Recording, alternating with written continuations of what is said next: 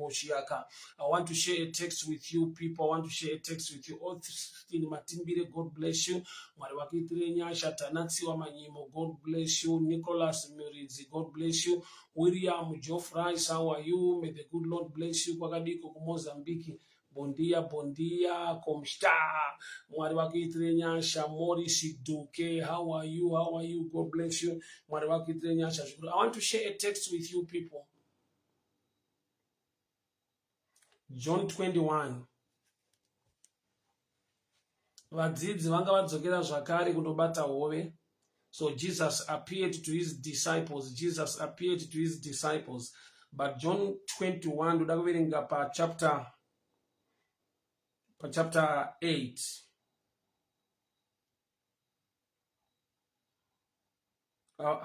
John 21 verse 9. John 21 verse 9. John 21 verse 9, and the Bible reads, as soon as they come to the land, they saw a fire of coals there, and the fish laid thereon, and bread. Jesus said unto them, bring on the fish that you have caught. So Jesu wakasvika kurwizi, Lake of Tiberias, the Sea of Tiberias. Vadzidzi vanga vasina kubata hove. They performed the miracle nokuti akavapa instruction. Akataura navo kuti vana mabata here. And they said to them, he said to them, cast your net unto the right of the ship, you shall found. They cast therefore, now they were not able to draw it for the multitude of fish. Jesu wakasvika vadzidzi vake vasina kubata hove. Ndokubva ati kandai mambure kurudyi, ndokubva vakanda ku right side. Right side. Vakanda ku right side vakabata hove dzakawanda. But pavakauya kumahombe kumbe kwanga kuna Jesu, verse 9 yati, ivo pavakasvika vakaona paine marasha nehove yaitogochwa ipapo. Jesu aine hove iri kugochwa. There were fish laid thereon and bread. Hapana patinonzwa scripture ichirekodha Jesu achiraura hove. Akasvika varume havasina kubata. Akati kandai kurudyi ndokubva vabata. Asi pavakauya kumahombe kombe vakasvika Jesu ane moto, amesa moto, uye ane hove yaakagadzika pamoto wacho. Tinoziva kuti hove dzinotobatwa mumvura, hove inotoraurwa nezvekubatisa zvacho. But vadzidzi vane mambure, vane net, vasati vasvika nehove dzavo kuna Jesu, iye aitova nehove yaaitogocha ipapa. Rega nditaure Jesu nokubva ati kwavari, chiuyai nehove dzamabata. Jesus said unto them, bring off the fish which you have caught. So ava vari kutadza kubata hove vari mumvura, vaine mambure neneti. Yet Jesu ari kumahombe kombe kunze kwemvura, ane fish yaainayo. Nditaure pamusoro pedzimwe nyasha dzaMwari nesimba raMwari. Pane imwe nguva muupenyu hwako haudi any other formula, any other teaching. What you need is a miracle hand of God to make things work. Pauri hapachada imwe process neimwe nguva yekuti zvinhu zvingaitike nenzira iyi. Jesu aiva nehove ari kumahombe kombe, ari kuland, asiri mumvura. Vari mumvura vanonoka nekutadza kubata. Jesu vakamusvikira aine hove yaari kutogocha. Ndokubva ati chiuya aine hove dzamabata. Kureva kuti neimwe nguva hauchada only source one yakajairika kuti tikada hove tinoenda kumvura. Yakuenda palevel yekuti naJesu asina bhoti kana chiredzo anosvikirwa aine hove yaari kugocha. Ndiri kuti kudii? Formula yako inongoti zvinhu zvakati zvinowanikwa kwakati. Kana dziri hove dzinongobatwa mumvura nevanhu vane zvekubatisa hove dzacho. But pano ndina Jesu ane fish isina kurekodwa kunzi yakabatwa sei. But vakauya kwaari vakatosvika aine hove yaari kutogocha. Uri kuzviona here kuti zvinotoita izvozvo kuti vari kumvura vangatotadza kubata, but ari paland aine yake fish. Kureva kuti Mwari wedu ane creative ability, haamirire masystems akaijairika evanhu. Mantabaya sole boshi ataka. Problem ndeyekuti iwo wakazvisa pakona ukava nemablinkers. Kuti zvakati zviwanikwa kwakati. Kuti zvinhu zvichifambe ndinofanira kuzivana naningi. Kuti zvinhu zviendeke ningi akanditirawo favor zvinhu zvinofamba. And to your surprise 2025 pawaitarisira kuti chaitirwa favor. Vanhu ivava vatokukangana. Pawaitarisira kuti ndopanika project yachakupa mari yako. Ka project akasikuita. Pawaitarisira kuti nekuda kwezvi zvandaronga izvi nekuita ndopachabuda imwe breakthrough yangu. Things turned upside down. Why? Nokuti mind yemunhu yakagadirwa kutenda masystems ari paground. Kuti ave iwo anomuudza kuti zvakati zvinowanikwa pakati, zvakati zvinofamba kana wadai. Maformula ariko, asi munana wa Jehovha uriko. Piwa yako hove isinei nemambure. Piwa yako hove isinei nedhamu. Vanhu ngavashamisike kuti uri kuland, but uri kutogocha. Kudarika vari kumvura vasati vabata. Pane situation muupenyu yokuti munana wa Jehovha ukasaitika, hama dzangu taparara. Jehovha vakashandisa ruoko rwavo rwenyasha chinhu chedichi vanotivenga vakavhara makona ese. Vasingatifarire vakabata vakavhara maangles ese ataitarisira kuti zvinhu zvingaita. Asi chandinoziva dziriko hove. Dzisinei nevane mambure. Dzisinei nevane zvirauro. Dziriko hove dzinowanikwa dzine vanhu kuland vasina masystems angashandiswe mumvura iyo. Sometimes vanhu vakakunyima mukana opportunity yekuti upinde pane zvimwe zvinhu zvaigona kukuwanisa mari zhinji nezvimwe zvinhu zvakakura. But unonamata Mwari wekuti vasati vabuda nefish kunze. Vakasvikaona Jesu achigocha imwe hove. Gocha yako, bata yako nenyasha. Haiwanikwe masystems akajairwa edhamu yemvura. But Mwari waunonamata ane creative ability to make your own if systems resist you. Baba maka mukoma chale biri miri kwakadiko ku Rustenburg. Kumoino kuriseiko Mwari wakitire nyasha Mwari wakuropafadze. Takawira Steve Masungu, God bless you. Monata Pera takagwisa, God bless you. Melody Manshi, Sabina Yolanda. So hama dzangu ndiri kuti kudiko mangwanani ano. Dziriko hove dzisingawanikwe nemasystems akajairwa. Iriko mari, dziriko dzimwe nyasha dzaMwari dzekuti masystems akuresista zvinhu zvisiri kuita. You save a miracle working God. The God who has a creative ability. Vana veIsraeri vari mugwenga vari murenje musingarimiki. Vakadya nyama. Vari muland yakaomarara inonzi wilderness. Isingagone kuvapa kana mvura yekunwa. Vakanwa mvura padombo. Vasvika nzvimbo inonzi Mara mvura ichivava. Mwari vakakonzera kutapira kwayo. Ndiri kuti kudiko mangwanani anomudikani. Uchagocha yako fish. Yekuti vane mambure ngavashamisike. Waitora kupi waiwana sei. Kune masystems akajairika yekuti pawakaedzawo kupinda masystems acho museko racho munetwork revanhu ivavo vakakuvharira panze. Vakaresista, vakaramba. Havana kukupa opportunity and ndopa wangu wakatoteya ipapo. Ndopa waitotarisira kuti ichi chikafamba zvakanaka chinishi. Zvangu zvinoita zvakanaka. Ananingi vakanopupurirawo zita rangu kumberi uku ndichashedzwawo ndosvika ikoko. Kune ruoko rwaJehovha risina kupfupika. Runotsvetuka maprotocols ese nemasystems ekuzivana nevanhu. Shoko rine parinoti mutumwa Gabriel taura naMaria. Anoti we Maria wakawanirwa nyasha kuvakadzi vose, favored among women. You will conceive of the Holy Spirit. The Holy Ghost will overshadow you. Kuroti urukuda the overshadow of the Holy Spirit in a creative ability. Hausi kuzviwana nokuti unogona kutsvaga. hausi kuzviwana nokuti une mambure, hausi kuzviwana nokuti une zviredzo.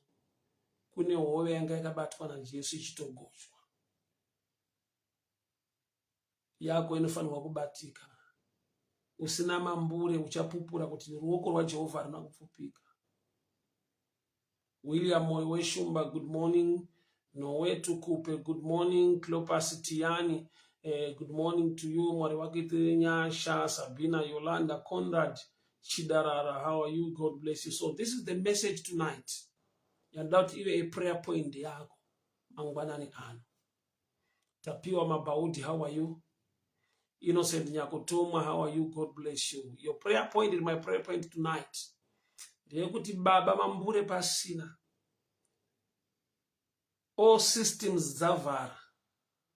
I will trust in your creative ability. For you are a miracle working God. Baba mangwanani ano. Monana wenye unoshamisa.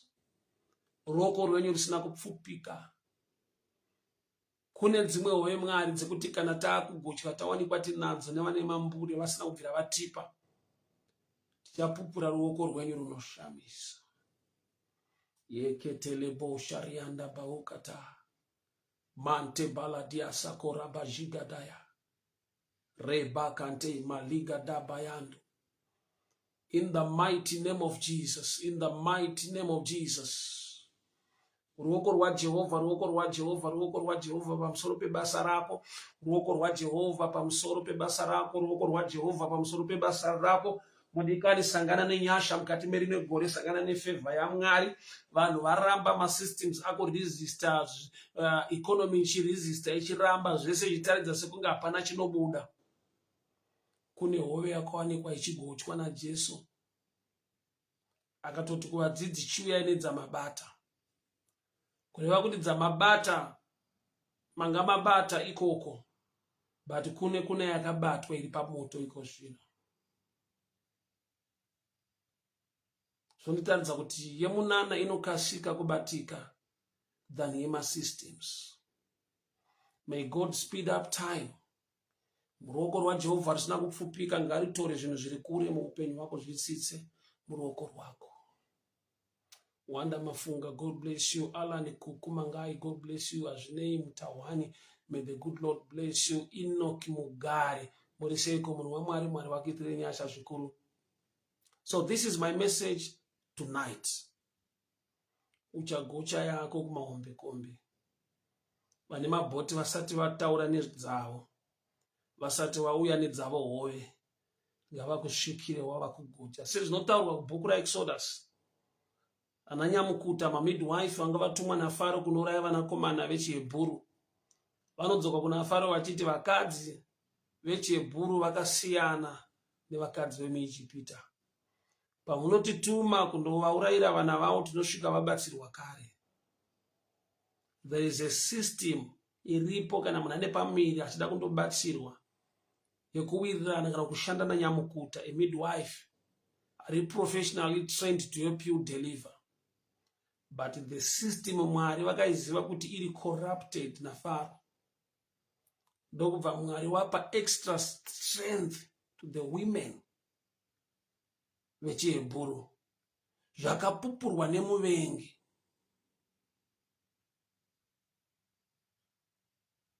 Zvakapupurwa nemuvengi kuti mambo pamunotituma tinotosvika vakadzi vechiHebheru vabatsirwa kare. Mwari aona kuti system yamanipulatwa naDevil. Pane vaakushanda kundouraya zvaberekwa kwete kubatsira kuti munhu abereke. Sometimes my systems haasi to your side. Ava corrupted and contaminated nekuronga kwema enemies kuti vakukuvadze. May God give you strength. May God give you the grace. May God give you the favor. My enemies asati asvika, Mwari ngavakupe speed ngazvibatike. Vadzivisi vasati vauya, nyasha ngadzivatangire. Muzita raJesu Kristu eNazareta. Amen and amen. murare munyasha hama dzangu, murare munyasha hama dzangu. Tudakurumura vanhu kubva pamweya wekuvhima. Don't believe in your own strength. Trust in His grace. It's good to work hard, but the best is to work hard in Him. Kushanda nesimba wakaresta munyasha dzake. Nokuti pane kushanda nesimba otarisira simba rako, simba rake rokudisappointa futi. MuEgypt vanhu vakasvika pakutrasta mari dzavo, chibage chapera vakanotenga chibage, mari ndokubva yapera, nzara isati yapera. Ndokubva vatrasta mombe, ndokubva vaita barter exchange, mombe ndokubva dzapera, nzara ikaramba iripo. Ndokubva vazoenda kuna Joseph, vakati mukuru hatidi kunyepa, zvese zvapera. Usapani pekuti zvese zvaunotrasta zvino pazvinopera, situation yako isati yaita mushi. Ndokubva vakaparidza vhangeri rekuti titenge, tive part of you, kuti utipe mbeu. Vanhu havaimbotenga chibage, chibage chimwe chete ichocho vane revelation yekuti tinogona kuchipa zita rekuti mbeu, tikatodyarawo tikararama. Unoziva here kuti sometimes chinhu chawakapiwa naMwari chachisiri chibage, yenga iri mbeu, but waikontrolwa nehanga more than knowledge. Opportunity yako ndiri kutaura simba redenga nenyasha dzaMwari kuti ngaasuduruke panzvimbo. Favor yaMwari, marara pachawo ngaakubvisire enemy yako. Marara chii? Zvinhu zvaunoita, zvinhu zvaunobata, zvinenge marara, zvinenge zvisina basa kune vamwe vanhu, but nokuti uri kuzviita nokuti unoda Mwari, une mweya waMwari, ngaave nemeaning. Marara iwayo ngaaregere kungova marara, but ngaave anocreate a way for your life. Zvichida unoti ukatarisa basa raunobata harisi basa ringayemurwe nevazhinji kuti uri kuita chinhu chiri so outstanding, chinhu chakanakisa.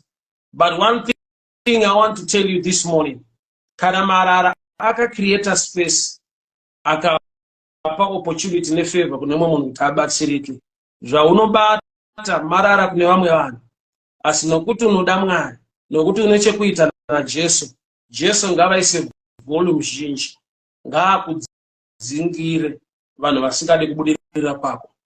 Marara ngaaite zvinhu zvakakura nokuti unoda Mwari.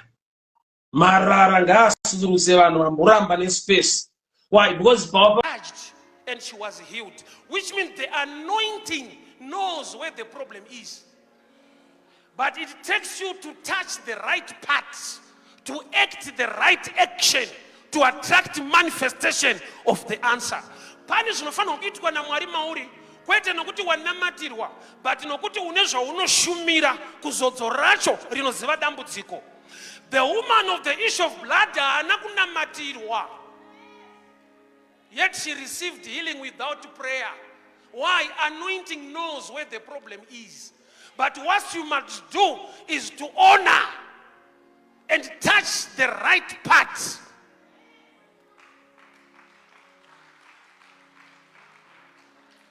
Pane zvinofana kuitika uri kumba kwako usina kubatwa musoro, nokuti wakabatwa mukati memusoro unoziva zvaunofana kunge uchiita, and the anointing can move and come to and address the situation you are facing.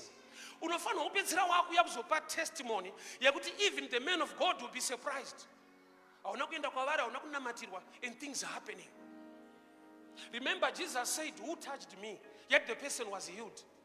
So you can receive without being known. It's very possible.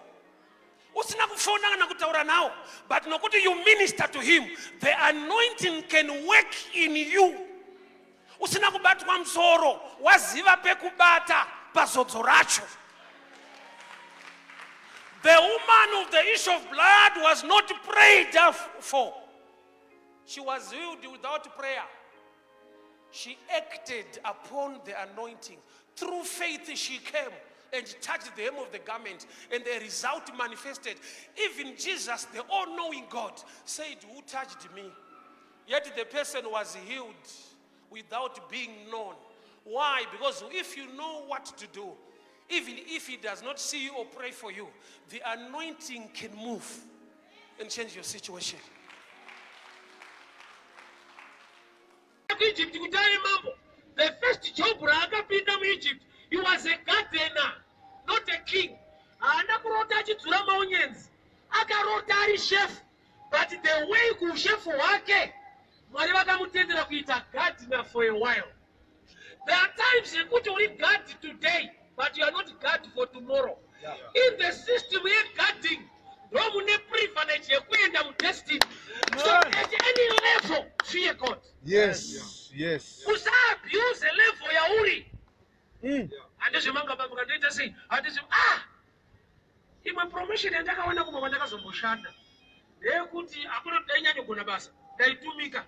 Vamolainzi vakazi namanager mhanya unotengera komba aitsika-tsika zvaingoonekwa tani mamubva asida kuenda ini ndikatuma ndaimhanya ndikasvika ndapedzera ndaane mbiri kuti kanosenzeswa but pakazoita rise promotion koko iyoyo yakandisvitseko usadherere koko problem yako unoda mapepa zvimwe zvacho hazvisi mapepa time and chance are given to all ukaenda kupoliteo vanhu vari mudaini rimwe cheteso akaita bhizinesi rimwe chete pacharamba anoimba pachiyangwa nemabhizinesi uyu ndewecricket baba kusaidhi kwenyu munonojoina vamwe excela muzvinhu zvako time and chance are given to all ndiide yanetsa mwana wangu but handina the authority of the power kudzinga dhimoni saka ndauya kwamuri jesu saka vadzidzi vajesu ndokubva vaenda kuna jesu vakati ishe she's crying after us mudzingei zvinoita sekunge vadzidzi vari kuda kudzingwa kwemukadzi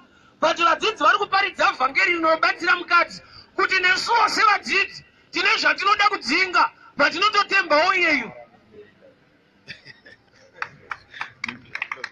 apa kuparidza kuseri kwacho uku kuseri kwacho kwandikuparidzawo nekuti dzimwe nguva uchiriverenga unoti vadzidzi vari rafa vada kuti mukadzi uya dzingwa ane dambudziko havasi rafu. They are preaching a better gospel than Rafu. Vari kuti kudi, vari kuti kumukadzi uyu wataita chinhu chakanaka chese chinoda kudzingwa kana usina power potoudza mudhara yeyu nokuti nesu kuda kutokudzingawo but tinotoudza Jesu kuti ishe mudzingei kureva kuti nesu hatisi madzishe tine zvinotinetsawo but tina ishe vanodzinga zvinhu. So paita vhangeri rekudzingwa kwezvinhu rinoita sekunge insult but by revelation mukadzi anenge ari kutobatsirika kuti saka timu iyo inototemba iyeyo futi kuti vadzinge zvinhu. 5 smooth stones. Matombo ari kuenda kundotora i5 raanorilisa to attack Goliath i1. Why 5 stones? He is a man fighting through revelation or spiritual understanding. He knows kuti Jesu paari kuuya kuzotipa victory chaanouya kuzoestablisha pekutanga anonzi magospels or the synoptic gospels i4, the book of Matthew, Mark, Luke and John, and the 5th book rinonzi the Acts kana kuti mabasa, which means David ari kuti is now preaching to us kuti pabato yese yaunopinda chaunotanga kuva nacho usati waita zvaunoita is the gospel of salvation, the first 4 books. Samuchiona kuti haana kukanda matombo ese ari 5 kureva kuti akakanda 1 mubhegi make mukasara 4. In other words ari kuti you must have the gospel in you. The first 4 books, they are a shadow picture of the gospel. Matthew, Mark, Luke and John must not be gospels. Shoko ra Mwari kuti ukava neshoko mauri ndo zvinokupa simba rekuita mabasa. The 5th book is the book of Acts. The 4 books mark gospels. So kana one a gospel, one a knowledge, one a the truth of the word. It's easy for you to act and the Spirit of God will back you. Saka zviriko ufunge. Zvimwe zvinhu zvawaingotora for granted. Zviriko. Kuti haandofunga zvakaitika but atatoronga zvakati saka zvinhu zvakafamba according to our plans. Kuronga ndekwe munhu asi anoita zvibudirire ndiJehovha. Men can make plans, but fulfillment of the plan, it has to do with the power of the love and the blessing of the Lord. Usati wese asiri successful ana kurongeka. Kurongeka is not enough. Nyasha dzaMwari dzikashaika. Shoko robva rati murindi weguta akarinda Jehovha pasi. Unorindira pasi. vake ukavaka Jehovha pasina hazvingabudiriri. Ndauya kuzoti kudii mangwanani ano vari kurutivi rwako Jehovha. Mwari vanewe, ramba uchifamba. Wechinesa kunyembera kuti so long life hazvina basa ndoupenyu hwacho.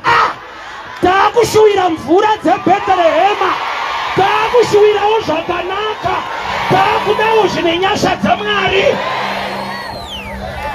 Sati kana matsime avharwa totonochera pasaiti, Abrahamu iwa ndo ane nyasha dzese. Let me show you the mystery yetsime. Mutsime uchaona kuti pane blessing yakavigwa zvekuti kana Haga naIshmael vakasurvive nekuda kwekuti Mwari vakavhura tsime, kuti mutsime mune life, mune blessing to survive. Tikaenda kuna Rebeka akaroorwa, rora yake yakaitwa patsime naEliaza.